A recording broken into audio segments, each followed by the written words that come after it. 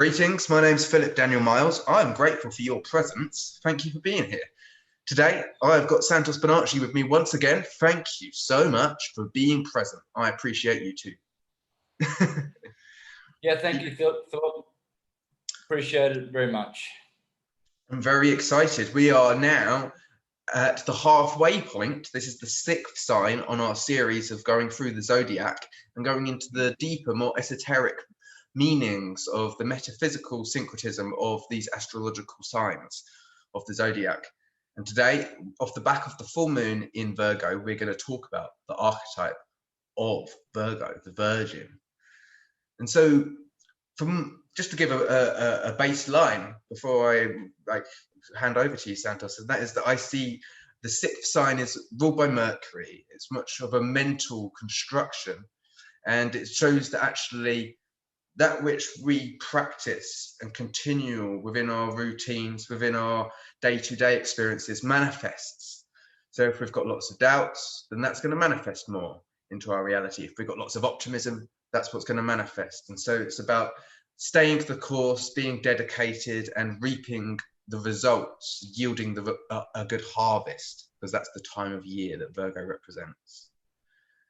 And so they're the basics, but we're going into maybe some of the more esoterics on the journey of Virgo. How do you feel about Virgo with regards to the solar journey of the sun across the zodiac? Well, I'm pretty excited to talk about Virgo. It's such an intriguing sign.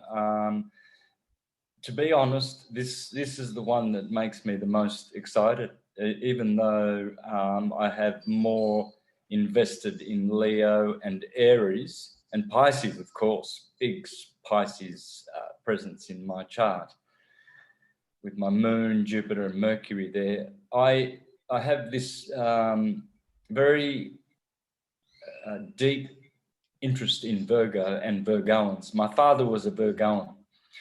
Of all the earth signs, I feel their earthiness much more.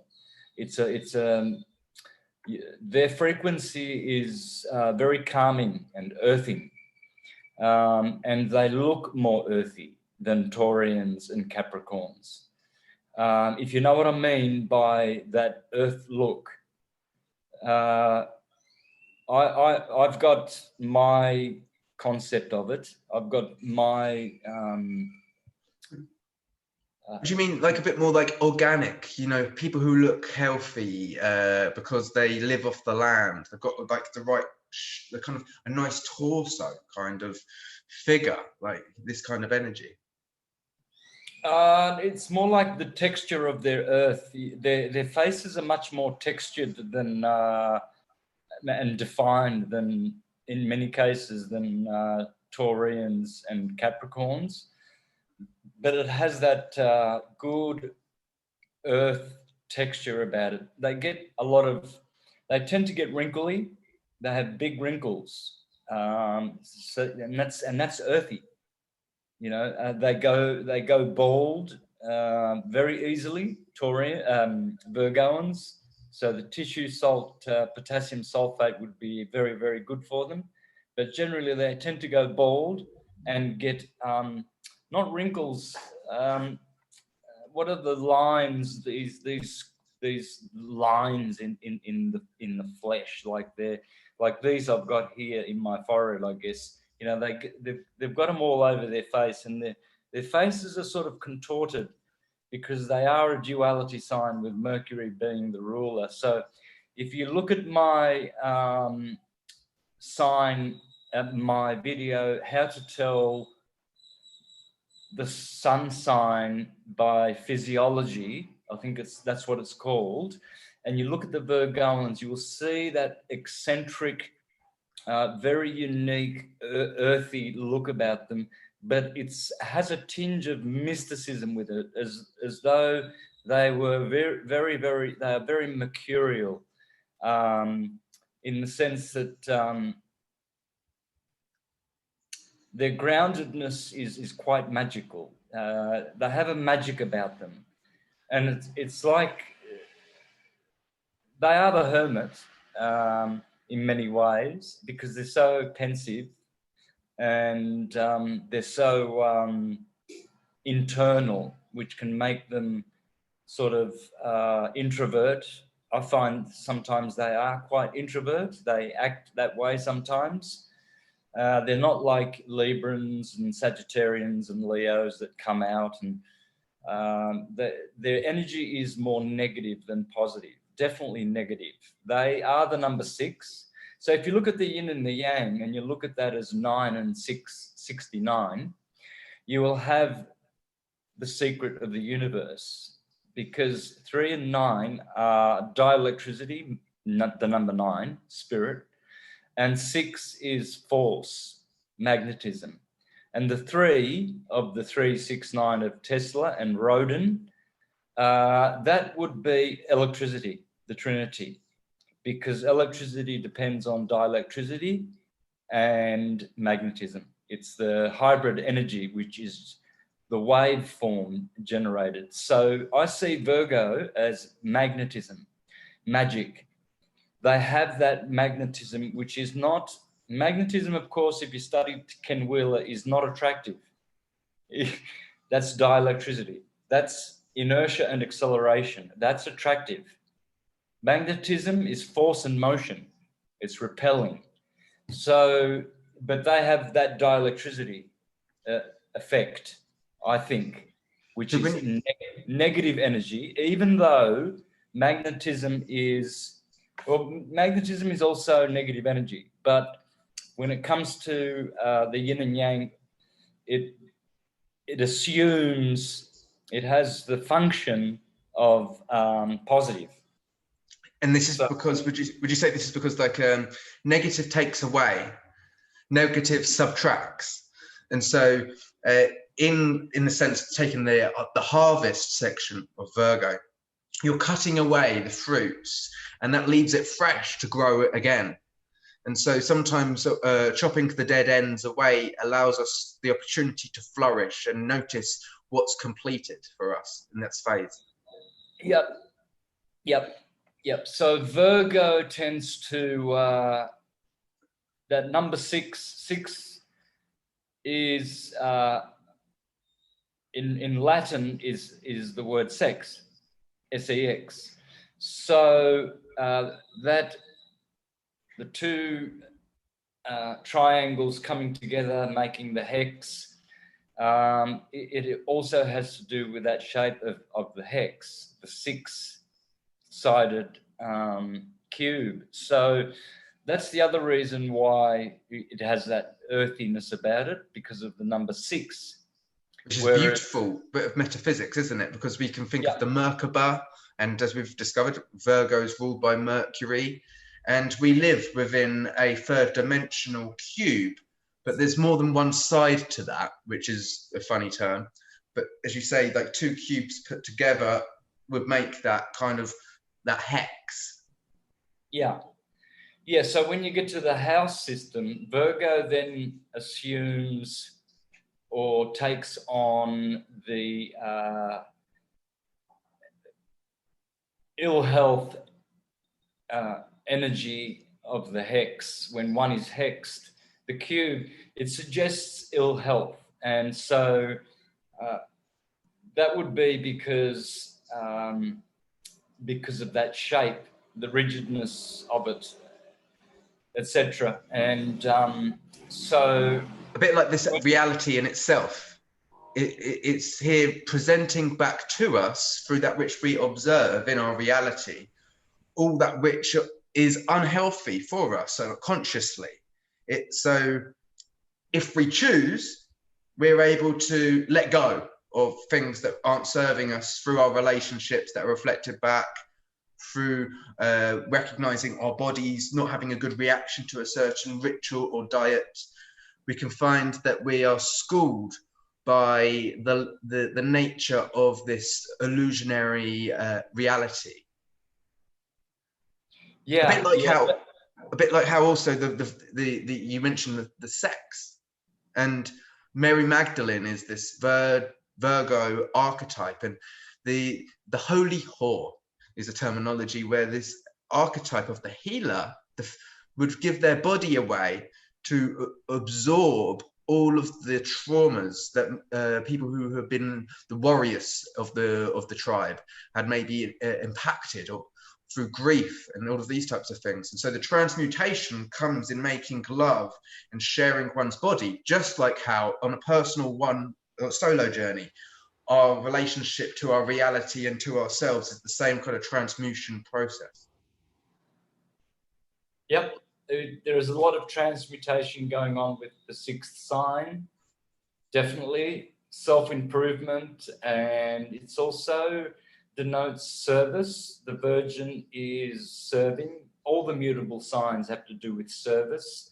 The cardinal signs have to do with sacrifice, and the fixed signs have to do with labor.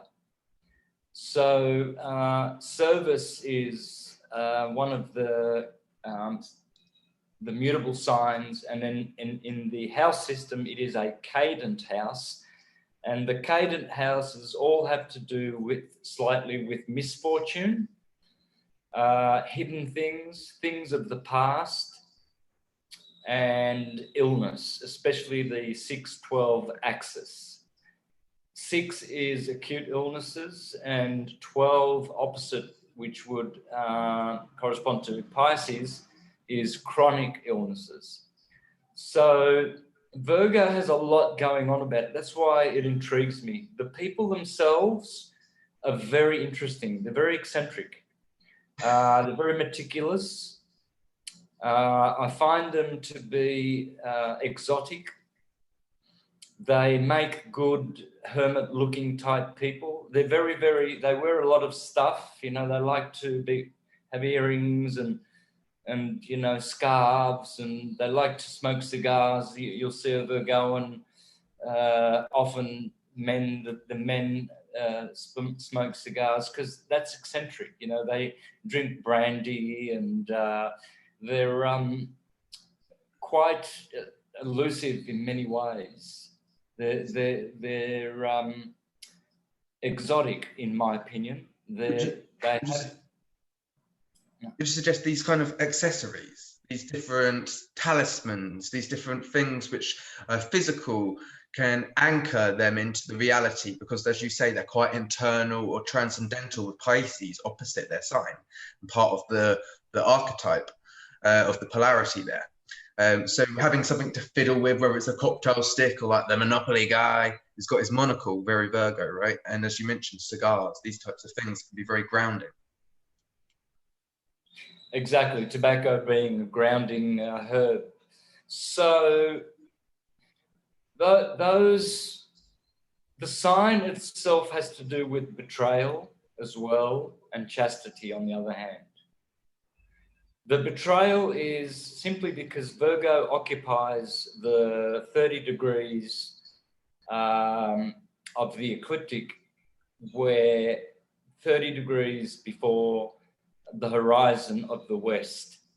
So that much of the sky before the sun sets, the sun always sets in Virgo.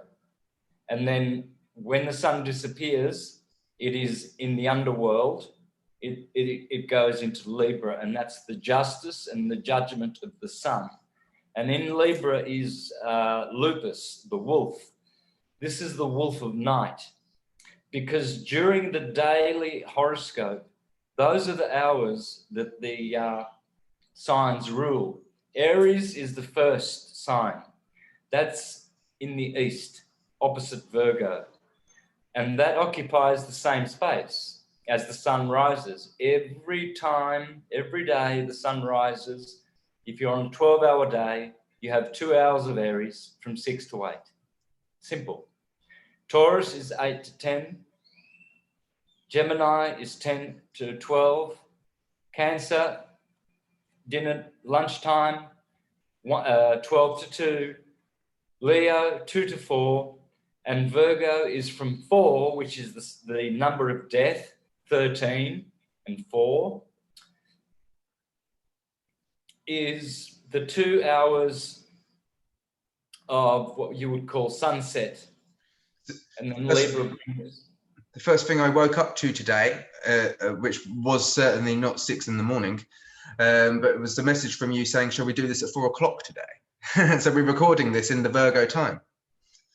Yeah. Yeah. Very nicely pronounced. And sometimes these things happen unconsciously, and because it's the synchronicities that we are literally aligning with, isn't it? And it's very appropriate at that time of the day. Often people are packing up, ticking the boxes, and looking to just finish up. And that's very much intrinsic. There's lots of details to clearing up at the end of the day so that we can relax into the evening.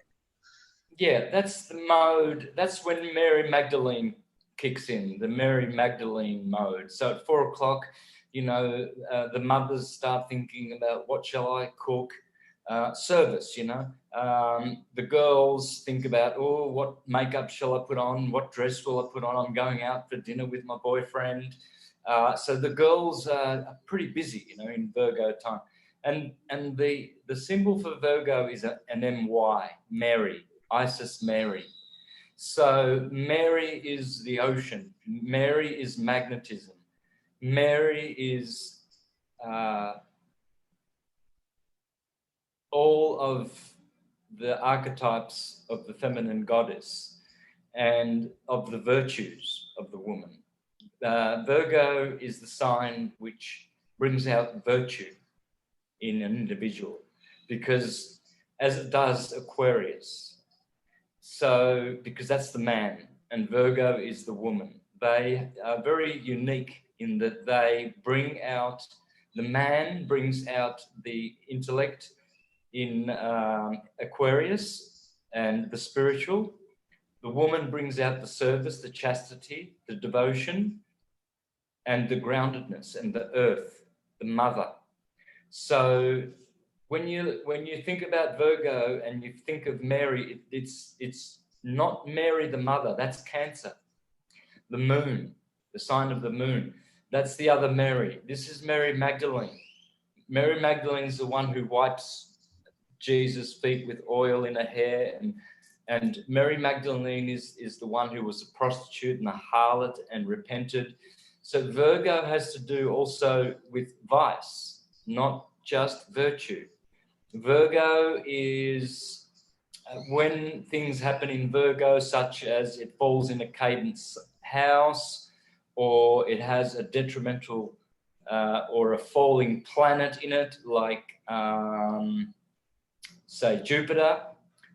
Jupiter in Virgo, that can bring out vice. That stimulates the vice side of Virgo. And Venus as well in Virgo can do that. But generally, it doesn't. But Mars can do that. And especially if these are retrograding or having hard aspects to other malefics. Pluto can do that in Virgo, definitely, very, very much. So I've got, so in my 6th house, I haven't got any Virgo planets, but in my 6th house, which obviously depends on the house system. I do like to use the whole house, but we might change that when it comes down to looking at these ailments. That's just a joke, really. But I've got Jupiter and Mars together in the 6th in Pisces. And so they're okay in Pisces. In fact, they're two of my strongest planets.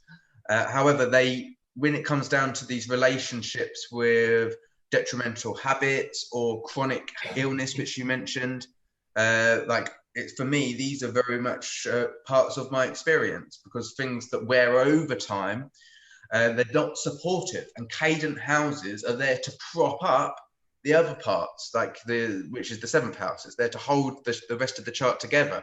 So if you're doing unsupportive things with your cadent house energy, this means it's going to come into debauched energy and crumble, or give you warning signs so that you can do the maintenance that as an altar, very Virgo, change the habit. Because we are the altar, the buck stops with us, and at the harvest time we sacrifice and put on the altar that which is not serving us, so that we can go into a state of transmutation and come into new things that do support us. Very true, very true. So Virgo is also known for labor, for their good works. They're the hardest workers by far. they apply themselves to work, and they get a lot of joy from working hard, working well, a lot of satisfaction. And so they're reliable as well, very reliable, extremely reliable. And I just love the fact that they always look earthy, and they always look different. They to me, they are the hippie they're the best hippies. If you get all the Virgos from the hippie days, you'll see that they will be the ones that are the most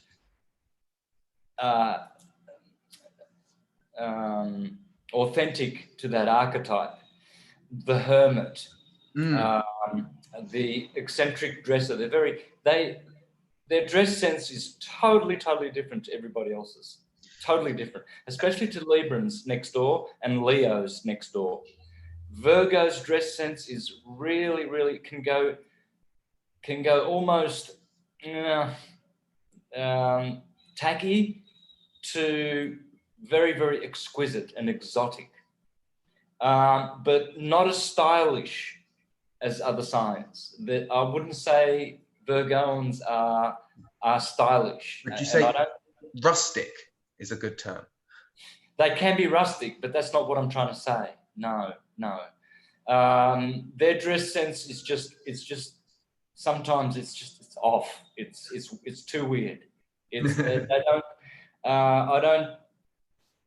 don't color match as stylish as well, use color as well as others, kind of thing. But they get away with it because it's their nature. Their nature is it's mutable. So when you look at the mutable signs, they are called bicorporeal. Gemini has twins. Pisces has two fish. Sagittarius has a horse and a man, two natures. Virgo is the bowels. So Virgo would be Jachin and Boaz. And you would have the ascending bowel and the descending bowel. And so Virgo, you can see it's speaking of duality of the physical. Gemini is duality of the mental. That's why they are more prone to schizophrenia than any other sign. Pisces is duality of the emotions. Wishy-washy, like a fish, flaky. Sagittarius is inspirationally bicorporeal. You know, that they kind of get inspired at one end and then totally something else opposite inspires them, because they're on that level. They've got fire, mutable fire. So they're working on a mystical plane. It's not intellectual. It's not emotional. It's not practical. It's mystical. It's transcendental. So with Virgo, you have that bicorporealness is expressed in the magic of their bodies, their hands, what they can do with their hands. I mean, I love their massages. Generally, when I have a really pleasing healing massage and good hands with magic that are really sort of clever, I like clever hands massaging my back and my neck. You know, I don't just like that sort of hand. You know, like I like hands that are clever, that are you know, intrinsic. Yeah, and intrinsic. So if you ever get one of those massages, ask the masseuse or the masseur their sign, because you'll probably find it's like a Virgo or a Gemini or a Cancer. But the most intelligent hands, I think, are Virgoans for massage. I've got Thomas H. Burgoyne here, The Light of Egypt, and he has some nice things to say about Virgo that I'd like to read, if you don't mind. No, I love that. Thank you. Yeah, because he's on the money. I've found a lot of the things he says can I say, but just before you go into that, if that's okay, like the funny thing is the most valuable part of our spiritual experience through the eyes of Virgo would be our body. It's our body which is our daily bread. And it is this opportunity to have a body that allows ourselves to see the spirit through the physical eye. Because otherwise we will never come into terms with what we're able to let go of if it wasn't for the body being within this physical realm. And so it's the body which anchors us with the ability to have a habit, to have a recreational experience. And it's the atmosphere which earths and draws out all of the toxicity within us. And so I love that, because as you say, like, it is that the atmosphere is irresistible, but reflecting back all of our natures, whether it's good for us or not. Yeah, certainly. So I guess the labor and the hexing and the ill health and things that the sixth house denotes. It's all a message, isn't it? It's all a message for our better well-being if we take notice of the duff notes, of those frequencies which are out of tune within our bodies and reflected back to us in the reality. But some of us are ignorant. We like to press snooze. Like, I'm just going to carry on doing that bad habit. I'm just going to carry on thinking those incredulous thoughts. But it is our opportunity to awaken and to open to the healing opportunities that this provides us. Yes, because Virgo represents the virgin or the virtuous, and the prostitute or the vice of the woman. On the one hand, Eve, it goes back to Eve. On the one hand, she's our beautiful mother and is glorified for that fact alone, and there's praise heaped upon Ave Maria. And on the other hand, she ate the fruit and betrayed us, and we've been condemned, and all women have to bear their progeny in pain because of her sin, and we all get sick and we condemn her. So see, in the nursery rhymes, in the stories in the Bible, Virgo is Delilah, for instance. She betrays Samson. Samson is the sun. Samson has 7 braids of hair. The sun has 7 rays of hair, the 7-rayed God, and they are the 7 colors of the rainbow which it produces. So Samson, Shimshem, the little sun in Hebrew, is none other than the sun. And then as it goes through those hours of 4 to 6, it is being betrayed. It is getting his 7 rays cut. You see, the sun then loses, when it's setting, it loses those beams. It loses its hair. That's the Philistines cutting the hair of the sun. That's Libra putting Samson down into the dungeon. So Samson can work for the Philistines who cut his hair, and the 2 pillars that Samson then breaks forth, they are the 21st of December solstice pillars, and he breaks the temple of the year, and the year begins anew on the 25th of December in Capricorn. So that snipping of the hair and Samson becoming blinded is because the sun is blind in the winter. And so again, she is the betrayer. She is Herod's daughter who betrays John the Baptist. She dances, when the sun is going through Virgo, and when the sun is setting. This is the dance of the sun, and this is her betraying Samson, or rather John the Baptist. John the Baptist is happening in the wintertime in Aquarius, January. January is known as John-uary, the Baptist month, it used to be called. So that's betraying the sun down into the midnight or to the winter of January. So you'll also find that she's Little Red Riding Hood. The sun, when it sets, You see the ecliptic, the sun is right ascending on the ecliptic. That's Little Red Riding Hood going through the forest. And then as she sets, the wolf of Libra, the deacon lupus of Libra, eats Little Red Riding Hood. And then Little Red Riding Hood comes out in the morning in Aries, and next to Aries is Orion, the hunter. And then the hunter, that's the hunter who now revives, who takes Little Red Riding Hood out of the wolf's belly, and then Little Red Riding Hood gets to ride another day.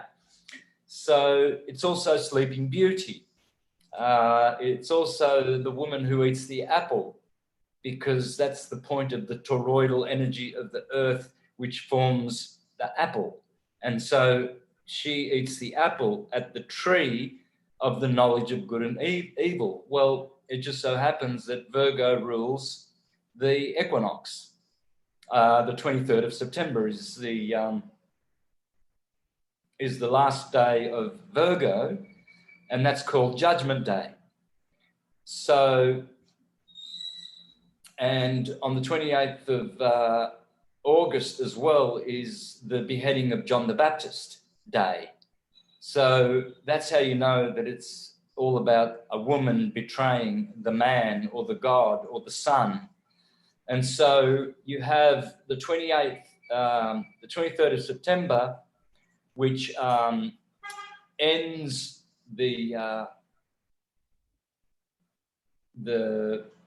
period of Virgo, which is the harvest. And so this is why it's funny that they have on the September the 8th in Virgo, they have, on August the 15th, they celebrate in Italy what's called Ferragosto, and that's called the Assumption of the Virgin. So in Leo, on the 15th of August, the middle of August, the Virgin is being assumed into the heavens. Then 3 weeks later, on the 8th of September, right in the middle of Virgo, you have the nativity of the Virgin. So 3 weeks earlier, on August the 15th, she is assumed, the Assumption of the Virgin. She's going to heaven. She dies, goes to heaven. This is what Easter's all about, the Assumption of Jesus when he ascends into heaven. So this happens in the middle of August, the 15th of August. All around the world, this is a very, very, even in India, they celebrate this Virgin being taken to heaven. And then on the 8th, all around the world, they celebrate that she's born. Well, if you're an astrologer, and only an astrologer can understand and interpret this, you see, on the 15th of August, Virgo disappears.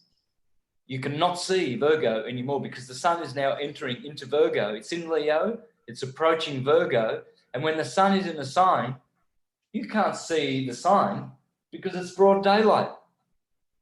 The sun's in Pisces right now, but if you go out and look at the sun, you won't see any of the stars of Pisces because the sun has assumed them. They have been assumed. That's the assumption of Virgo. That's the day when the last star of Virgo disappears from the heavens. And on 3 weeks later, on the 8th of September, on the other side, the opposite end of Virgo, in the east in the morning, you see the first star of Virgo pops up above the horizon on the 8th of September. And this is the nativity of the Virgin. And then, of course, same thing happens on the 8th, I think, of December, which has to do with the Virgin, and that is when she is conceived. So 9 months, and that is exactly 9 months earlier, right, than the 8th of September. So she's conceived on the 8th of December. Hang on, let me just get this right, man. I better get this right. Conception of the Virgin. I don't want to mislead anyone. So that's the beginning of Sagittarius, is it? It sounds Um, around that point. yeah, it's the 9th of December. The feast is the 8th of December, Sagittarius, another mutable sign. So the same with Jesus. Okay, so Jesus is born, the Son is born on the 25th of December, but when is he conceived? On the 25th of March, which is called the day of conception, the day that Gabriel visits Mary the Virgin, the 25th of March, one day after my birthday. That's conception day. That's the So day obviously of the great idea, the great spark of the initiate. So without the initiation of something, 9 months later, it can't be born. It can't be come into experience. Of course, because the year begins in Aries. It's conceived. The year is conceived in Aries, just after the equinox. It's why it's conception day. Then the sun is born in Capricorn, because now it went and died at the solstice for 3 days. It didn't move along the horizon. Then at midnight on the 24th, Christmas Eve, 24th of December, bang. That is the eve of Christmas Day. That's when the sun begins to now move and wax all the way up to the Tropic of Cancer again. So there's so much great information. Just before you go into that book and read this passage, just to reflect back on one thing that you mentioned, which I thought was really intriguing. It's more of a question, and that is you talking about the daytime and the year, the zodiac calendar, the seasons, and how the sun's rays, the sign, the 5th sign before the 6th sign, which is Virgo, so Leo, this solar rays, which are a ray, it's just like a laser beam, just think of any light beaming coming off of the sun. But you're saying that at that time of the day, the angle of which the sun is going over the dome, its home, is actually it's like casting light through a triangular prism. It bounces off and refracts at a particular angle. And so this particular time of the day, it can be that the sun really glares down. It's almost that doing it now, isn't it? It glares down into our awareness, and it blinds us to what is clearly obvious. So in a sense, the analogy, which is actually very cosmological, which you speak of, is also what happens within this reality with regards to light, which is something which is purely so blinding that we can be ignorant to the falsehoods that we're living. Like if we're having a bad habit, which is like, yeah, I'm guzzling some beer, I'm doing this habit, I'm doing that habit, because we're within the light of it. But it is actually that the light gives a rays of our consciousness so that we're able to let go of these habits through the matrix, through the theatre of this trickery, the theatre tricks, through this labyrinth, through this matrix. Did I describe that all right? And do you mean like, do you get what I mean with the angle that the light bounces off the dome? It becomes very much more obvious what we need to do. Yeah, every minute of the day, the sun is moving a degree. Every 4 minutes of the day, the sun is moving a degree along the ecliptic, and each degree has totally different information channeled to us than the previous and the subsequent degree. Every degree that the sun hits has peculiar power of its own, and every 4 minutes, things are switching on us. They're switching. It's things are moving, things are in flux. So Virgo, the sign Virgo. So this is Thomas H. Burgoyne, The Light of Egypt. I think it's volume. It's great just to show that cover, isn't it? Because the zodiac goes right over Virgo, like our midriff, where we've got all of our internal organs which create the frequency, is right where Virgo crosses over into Libra there, 6th sign into the 7th. Mary, the Virgin, the bellies, the bowels, kidneys is Libra, heart is Leo, chest is Cancer, lungs and arms are the twins Gemini, cerebellum is Taurus, the cerebrum Aries. That's the serpent. The serpent is the sine wave. So this is, I finished what I was saying. So because the serpent reminded me, the sine wave reminded me. So light is direct beams. It's not a wave. And that's the electric energy of Leo. Whereas magnetism is the wave, right? And this is what creates attraction of the Virgin, right? And the attraction of the atmosphere that draws out all of our toxicity. This is why it's so medicinal.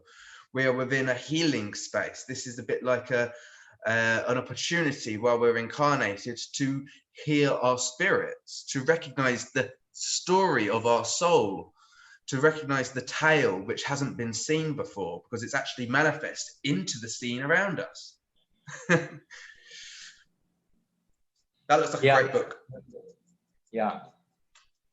Interesting poem about the signs and what Virgo does. Virgo is calming. That's what I said before. But here's in the Light of Egypt, chapter 4, he's quoting Marcus Manilius from 2,000 years ago. I've often quoted Marcus Manilius in my lectures. But Marcus Manilius wrote this: "Now the constellations muse and signs rehearse. In order let them sparkle by in thy verse.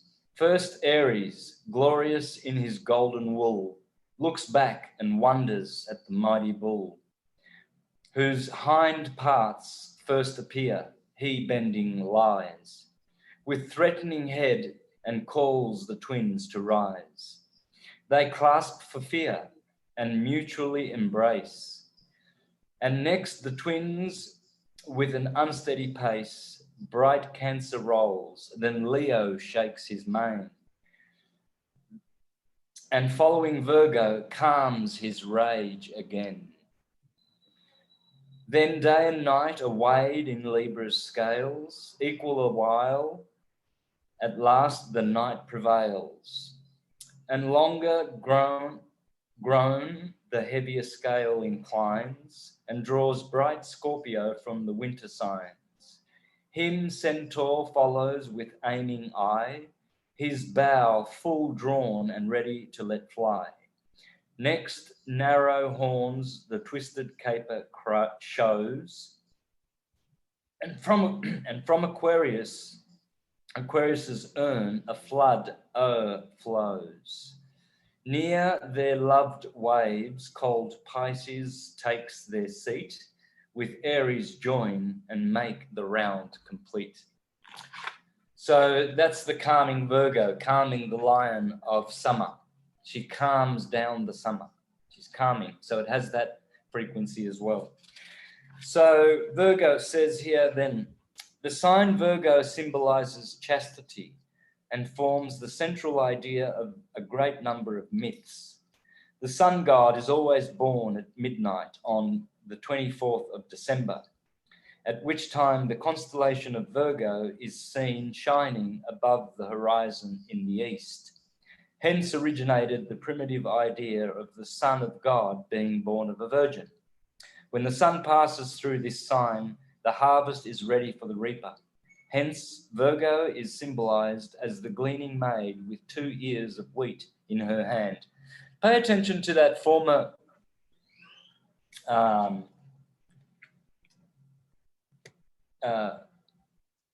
revelation that at midnight on the 24th of December, Virgo is rising in the east. That's why the sun is born of a virgin. And that's why all the clever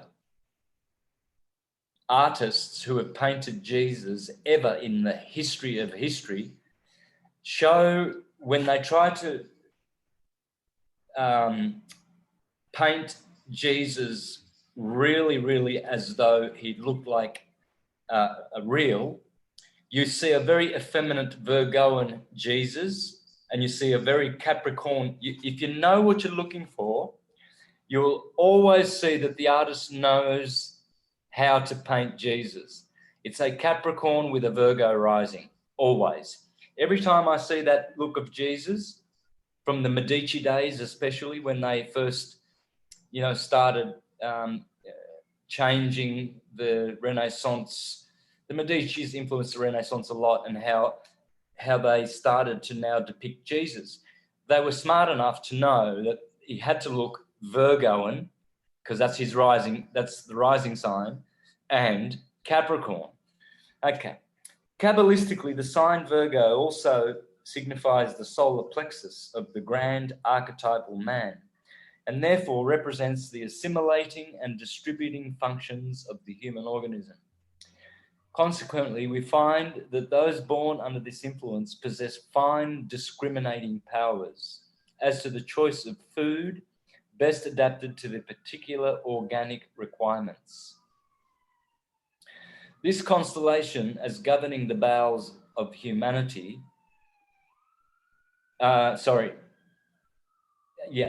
governing the bowels of humanity is highly important, since the intestines comprise the very vital section of the digestive organism, the vital fluids. Upon the esoteric planisphere, Virgo is occupied by Asher, one of the 12 tribes of Israel. Out of Asher his bread shall be fat, says Jacob, and he shall yield royal dainties, thus typifying the riches of the harvest. This sign expresses the fulfillment of the creative design, hence the mysteries of maternity are concealed under this symbol. It also reveals to us the significance of the sacrament of the Lord's Supper. The mystical gem of Virgo is jasper, a stone possessing very important virtues. It should be worn by all the natives born under this sign. Virgo is the second emanation of the earthy trigon and is the constellation of Mercury. Upon the intellectual plane, the sign Virgo signifies the realization of hopes. Those dominated by this influx are calm, confident and contented. 3 C's: calm, confident and contented. They are reflective and studious and extremely fond of reading. Consequently, they become the mental repositories of much external wisdom and learning. Their chief attributes are hope and contentment.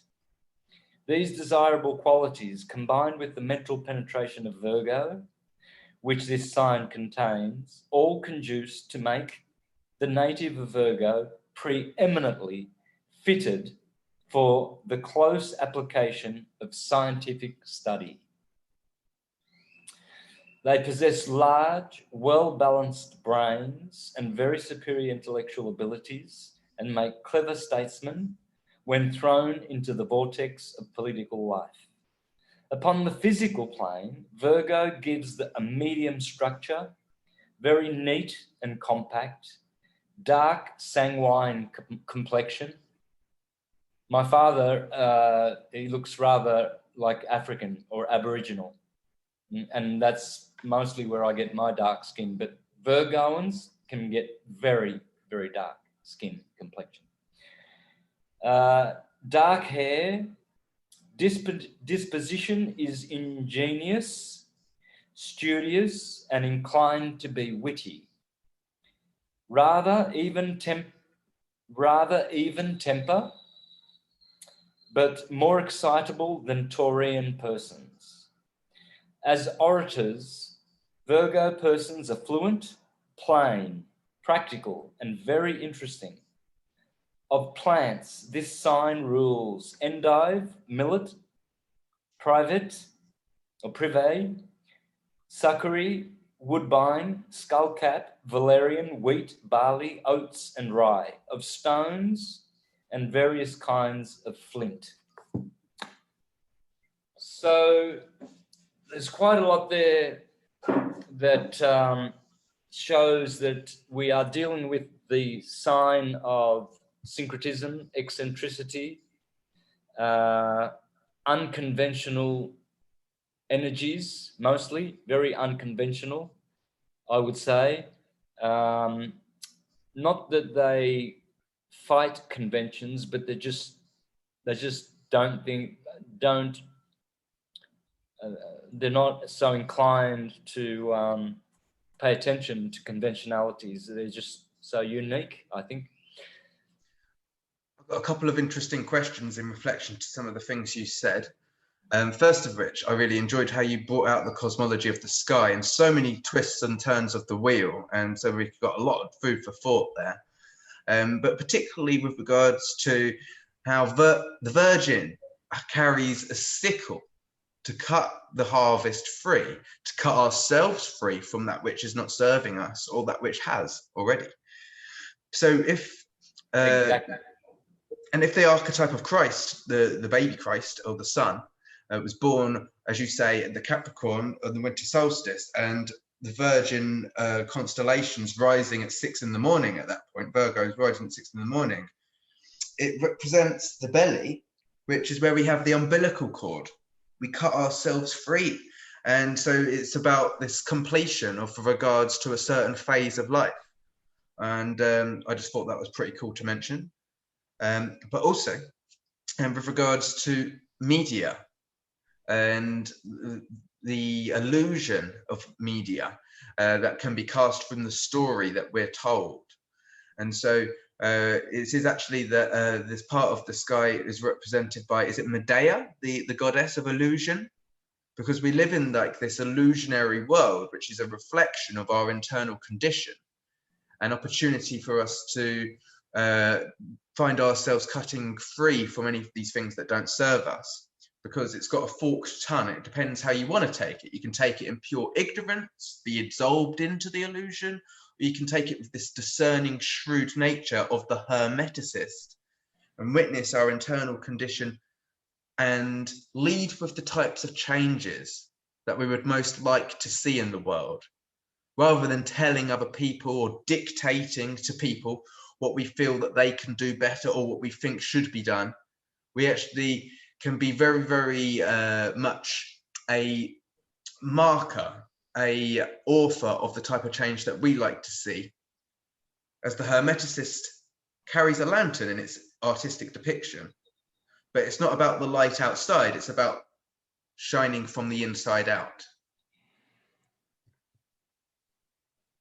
Yep, it's sort of a negative light, negative energy of Virgo, and it's very, very prominent. So negative, just to talk about this, it's very intriguing. Negative is actually magic. It's really where we actually disseminate and take away. And this Virgo is about the intestines, which lets go of all the things that are toxic for us, just like how this atmosphere is the same thing. We can find that we can recontextualize of what we perceive negative to be, because many in the modern world, through the patriarchal system, may consider negative to be scary, demoralizing, or something that's to be shied away from. But actually, it's one of the greatest gifts. Even if you take a photograph and you see it in only black and white, you see so much more depth of the different shades of gray through the picture that we get from a negative. Would you agree? And have you got anything to add on these interesting points? Yep, negative is gravitation, positive is radiation. So gravitation is attractive, and that's the attractive power of negative energy that they have. I think they have an abundance of that. And the number 6, just when you think of the number 6, in the Rodin number system, he's got 369, and of course Tesla said that they are the key to the universe, understanding the mysteries of the universe. So you've got 3 at the bottom here, and then you go up to 9, and then you go down to 6. So when you're using the freehand side of this modality, it's always about adding an addition. But when you go to that left-hand side where the 6 is, it's always about taking away. And this is about the brain, isn't it? This is about how this works. Yep. That's exactly. beautiful to envision. Yeah, so the hopeful, confident Virgoans, there you go. Hard workers, very intriguing people. And having a father from that sign, I've got a couple of nephews that are Virgoan.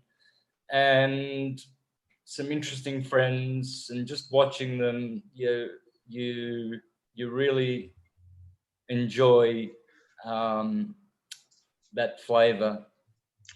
I've got one more analogy with regards to this Virgo archetype, and that is so we say things like media, like music, and media, like YouTube, we're making video and a media. If we go back to not so many decades ago, we would use a VHS or a cassette tape to record onto the media. But initially, this VHS or that cassette didn't have anything imprinted. No, it hadn't had anything made an impression upon it.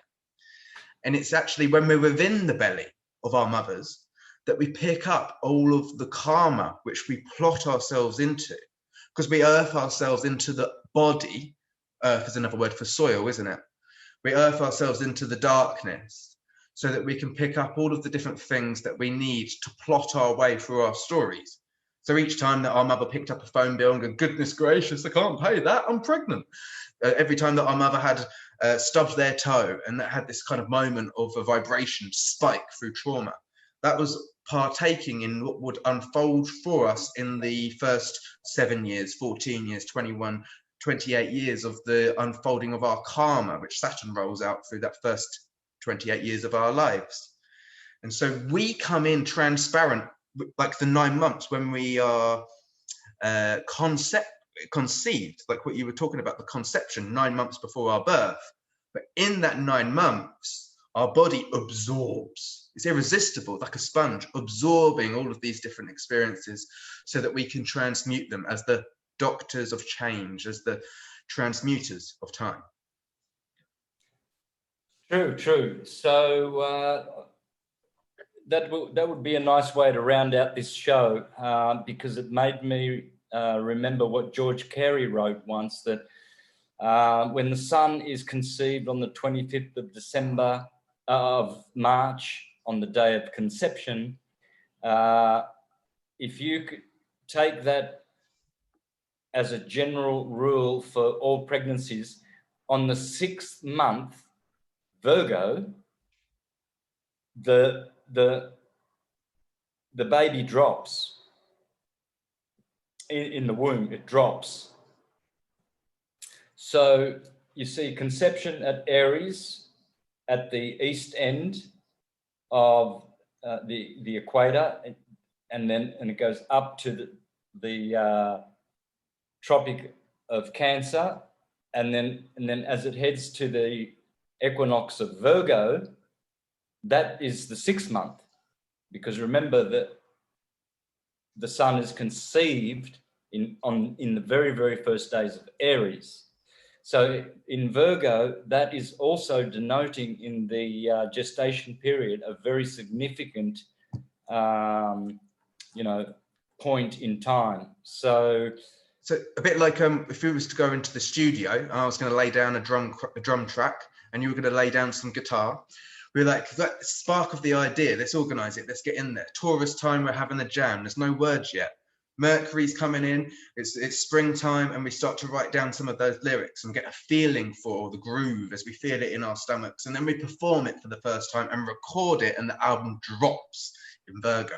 It's not released yet, but it's ready to be polished up. Would you say, Jess, that's a good analogy as well? Yep, spot on. Let's do it. I'm booking recording time, Santos. Let's get down the studio. All right, brother. We'll hitch a date for our Libra session, shall we? And we'll do this again in a month's time. Yep. For everybody watching this, you can check out the rest of the videos that we've made with regards to the archetypes of the zodiac on unifying perspectives. And you can come and check Santos out in Puerto Morelos, Mexico, doing talks and things like this. Are you? Great t-shirt, sir. Yep. And my amber sun, right in the middle of the Mayan calendar.